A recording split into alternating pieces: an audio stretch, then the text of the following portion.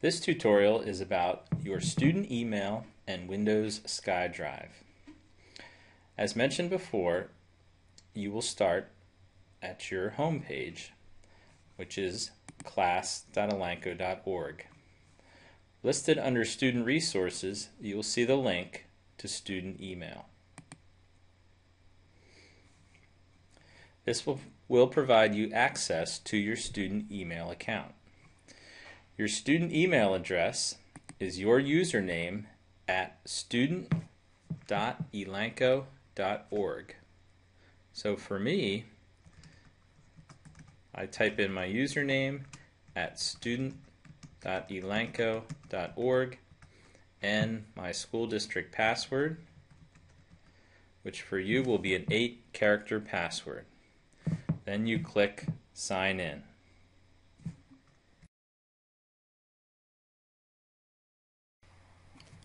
The first time you access your email account, you will be presented with this window. Select English as the language, and using the drop-down, select the time zone UTC-5, Eastern Time Zone for US and Canada. Then click the OK button.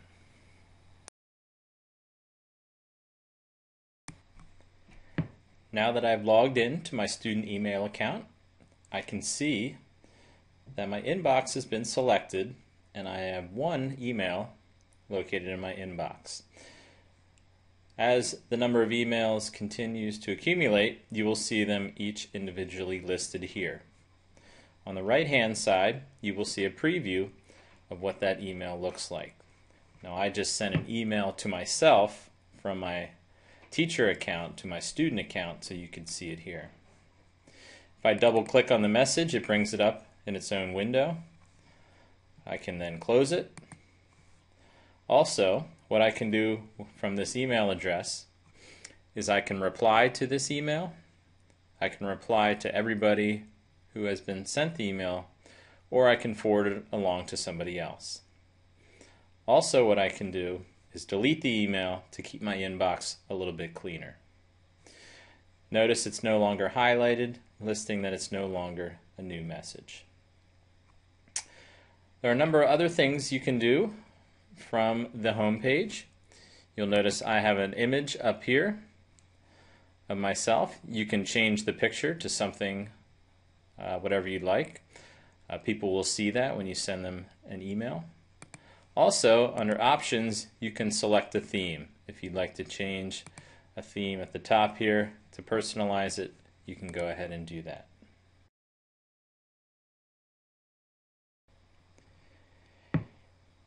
Your student email account will be used if you are to be contacted by someone in the tech department, if there's been a problem with your computer, or if they're letting you know that your computer is ready after being serviced, they will contact you via email. Also, your teachers may start using email to contact you about school-related assignments or to send you information related to your class. Now, you also have the ability to send your own email. If you go over here to the New button and click on New to compose a new email, you can type in the person's email address listed here. Now, the Elanco school email system is only set up to send to other students and teachers within the district. So you cannot send or receive email messages from domains outside of student.elanco.org or elanco.org. So you can't send things to your personal email account or to your parents' account or something like that. If you don't know the student or teacher's email address, you can click on the To button. Here you will see a listing of all of the student accounts in the school district that are accessible to you. You can scroll through to find that person, or you can click up here and type in their name, such as if I was sending an email to Mr. Smith in the middle school, I could type in Smith, hit enter. His name would be listed here. By double clicking on his name, I see that it's been added under my To box for messages, and when I click OK, his name is listed here. I want to make sure I put in a subject that's relevant so Mr. Smith knows what it's about. It might be homework assignment. And then I could type in here my message to Mr. Smith.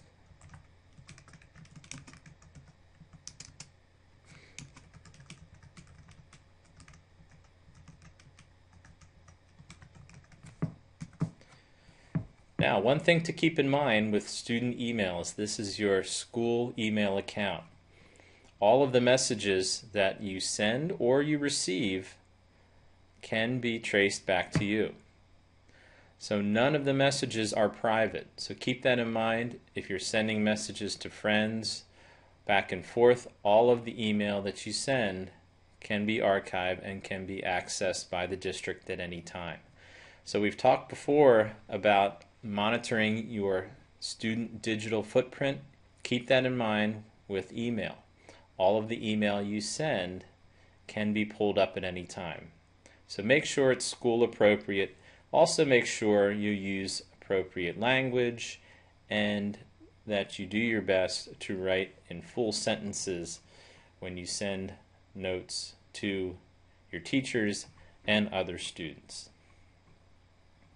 So if I were ready to send this to Mr. Smith, I would just go up here, click on the send button, and it would go to his email account.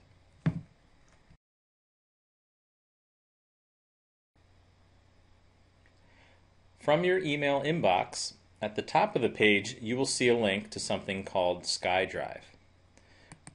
By clicking on the SkyDrive link, this takes you to a new website, skydrive.live.com.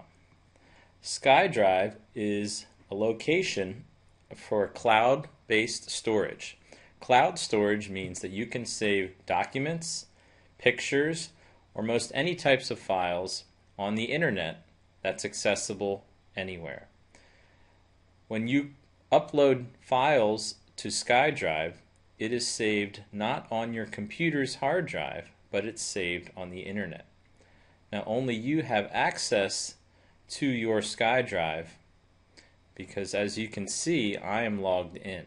So these files are secure and they are saved on the internet.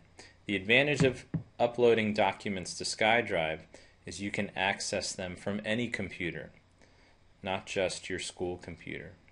So for example, if you were traveling and wanted to have access to a document or a file, you could click on Documents. I could click on Upload, and notice then I could drag and drop a file here or select them from my computer and it would upload them to SkyDrive. Now remember, your primary location for saving documents should be in your My Documents folder on your computer because they are backed up on our school servers. However, SkyDrive is a nice place for you to save files of any type. You notice that each person has approximately 7 gigabytes of space available, which is a large amount and would allow you to save videos or music on a location that's not taking up space in your My Documents folder. Now remember, this will not go with you when you graduate or leave Garden Spot High School.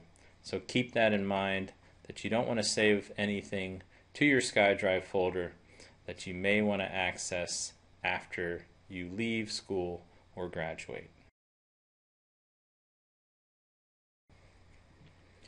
Another great feature of SkyDrive is the ability to share files with other students or with your teachers. So, for example, let's say I had a Word document that I wanted to share with my other group members or my teacher. I would click on the Upload button, select the file from my computer. Let's say it's this lab report. When I click Open, you'll notice down here in the bottom right-hand corner, it's uploading the file to my Documents folder. and you'll see it's listed here as lab report. When I check the box next to it, you notice it gives me some new options up here at the top.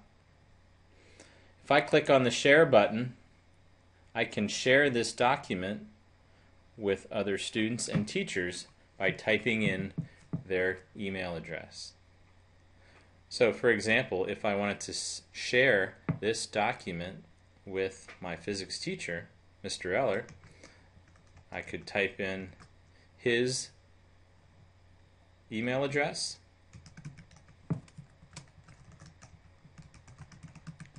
and I'm using the @student.elanco.org because even though he's a teacher, this is his SkyDrive Elanco account email address. When I click on the share button, it will allow him to be able to access my file. So if you're working in groups with other students, this is a great way for you to share files, and you can all access the same document at the same time.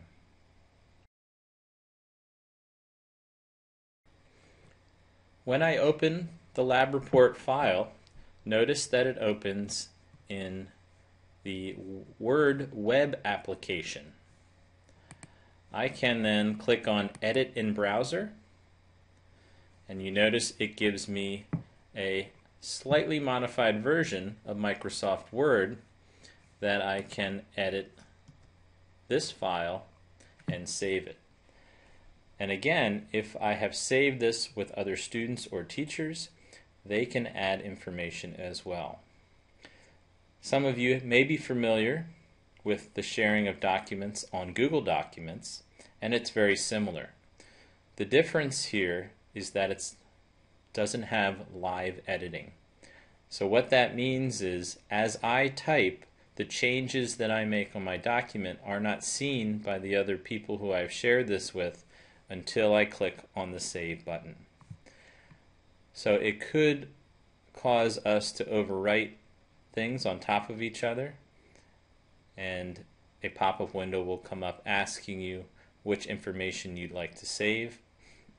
But again, it's a great way to share information with other students to complete one document rather than emailing the document back and forth to each other. So those are just a few of the features of SkyDrive and student email. Later tutorials will show you some of the more advanced options. So again, thanks for watching.